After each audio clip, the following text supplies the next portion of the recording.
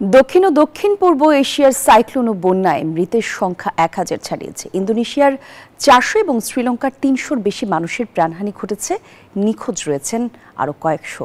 ত্রাণ সংকটে সুমাত্রায় ঘটেছে লুটপাটের ঘটনা। এদিকে ফিলিপিনে বন্যা তহবিলের অর্থ চুরির অভিযোগে সরকারের বিরুদ্ধে বিক্ষোভে নেমেছে হাজারো মানুষ। দেশটির প্রেসিডেন্টের পদত্যাগের দাবিও উঠেছে এখন জোরসোরে।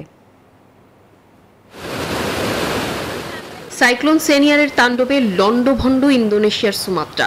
সেখানে এখনো নিখোঁজ বহু মানুষ। ধ্বংসস্তূপের নিচে চাপা পড়ে আছে ঘরবাড়ি। থাইল্যান্ড ও মালয়েশিয়া সহ এশিয়া জুড়ে বন্যায় প্রাণহানি বাড়ছে লাফিয়ে।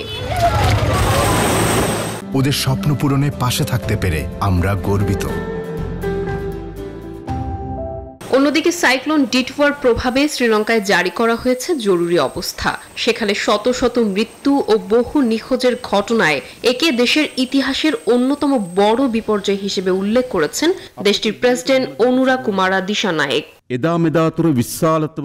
দুর্গত এলাকাগুলোতে ত্রাণের অভাবে দেখা দিয়েছে লুটপাট, যোগাযোগ বিচ্ছিন্ন অনেক গ্রাম। এমন পরিস্থিতিতে সেখানে ইন্টারনেট সেবা সচল রাখতে স্টারলিং স্যাটেলাইট দেওয়ার ঘোষণা দিয়েছেন ইলন মাস্ক। এদিকে ফিলিপাইনে বন্যা নিয়ন্ত্রণ তহবিলের অর্থ চুরির অভিযোগে ফুঁসে উঠেছে সাধারণ জনতা। দুর্নীতির দায়ে প্রেসিডেন্ট মার্কোস জুনিয়রের প্রশাসনের বিরুদ্ধে ম্যানিলায় চলছে বিশাল বিক্ষোভ, যা তৈরি করেছে রাজনৈতিক অস্থিরতা।